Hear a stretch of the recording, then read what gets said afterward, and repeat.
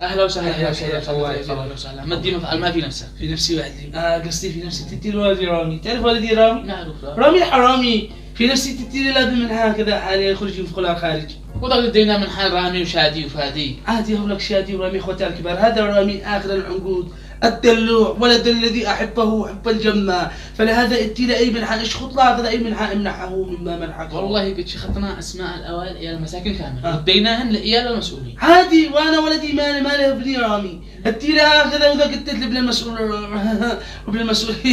وفي المسؤول حابب قلت له عند ابني رامي اشخط له هكذا اي تخصص اي منحة. والله ابنك هذا بالذات ادينا له عده منح، من حفل الاتاري أه؟ ومن حفل البلاي ستيشن ومن حفل الخيرة.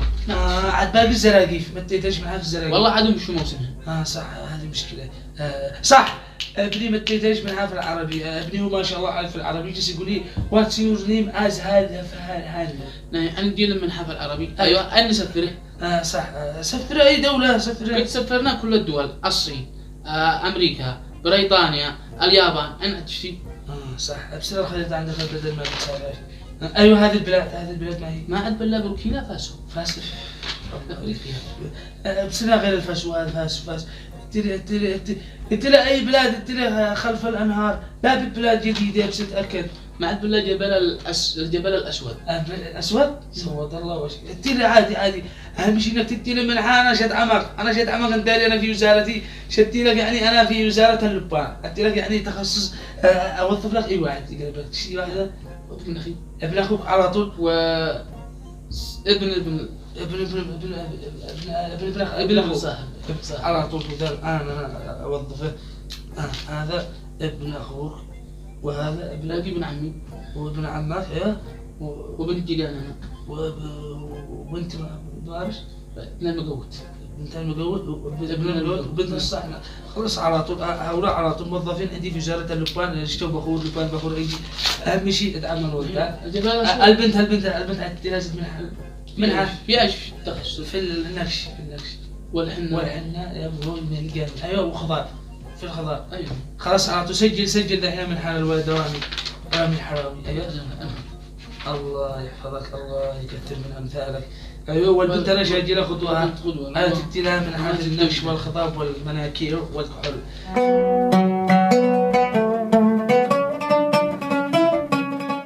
بابا جيب لي قلبك يا عيني أسود أصفر اللون يا عيني بابا جيب لي قلبك. بابا جيب لك منحة يا ولدي.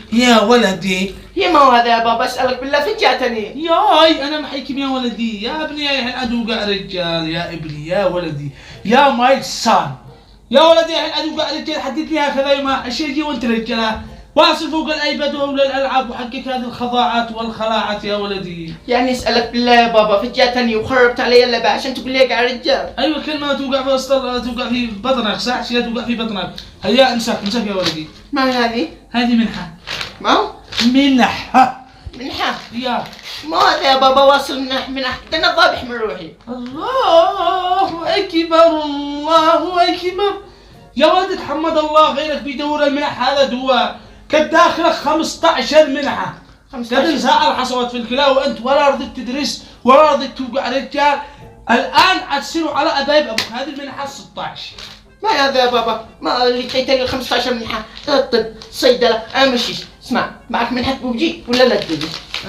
أنت مرة ثانية يا ولدي الحين هذه ادينا لك منحة يعني إلى الجبل الأسود. وين؟ الجبل الأسود. الجبل الأسود ماشيش معك من الجبل الوردي ولا الجبل الأحمر بديته ماشي بالذهن لو سمحت يا بابا خلينا نرجع الأرض. نكهات ملحوخة خلاص يا ولدي مرة ثانية أنا بسلكم منحة إلى الجبل الوردي. فلهذا يا ولدي دحين هذه منحة تدرس في الجبل الأسود تطلع في الجبل الأسود. تعرف الجبل الأسود؟ أيوه أنا ما أعرف إيش. المهم تصير هذا تدرس لغة عربي. هذه منحة عربي لأنه كنت لك منحة في الغرغرة ومنحة في المساجد ومنحة في الألعاب البلاي ستيشن هذه في اللغة العربية يا ولدي. اللغة العربية فصيح. يا بابا تشتيني أقع فصيح أنا فصيح من بيتنا أدي لك الدليل. أيوة تعرف المتنبي؟ أيوة أنا اللي نبيته.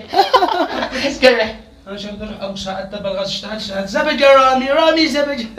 هيا بس المنحة تدرس يا ولدي. يا بابا مشيش منح مشيش جسد انا غادي منح. يا ابني احمد الله، هذه منحة بزيناها على ابن مسكين اوائل وشطبنا واضفنا اسمك قصة وحادية وزيد درس يا ولدي. قم. خلاص نهاية خلص النظارة. ليش خلص النظارة؟ ابوك مسئيل، انا الحين المسئيلين يلبسون النظارات السوداء.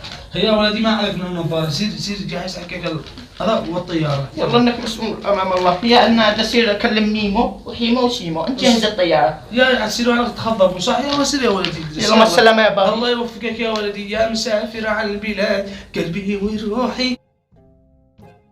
والله الجهال تمام ما شاء الله عليهم، كل واحد في بلاد. الولد الكبير فادي في المانيا، والثاني شادي في بريطانيا، والثالث في زلمنطانيا، ورامي الولد رامي في الجبل الاسود، وبالبنت الصغيره في بلاد النامس. يعني ما شاء الله عليهم كلهم. هاي. بعد من هذا المصريان؟ لا تؤذونا ولا يديكم، قل اعوذ برب الفلق. مالك يا بابي؟ مالك خايف؟ من انت؟ بيت العرس هانك، بيت العرس. الله المستعان يا بابي، ما عرفتنيش. من بابي هذا الساعة باباي؟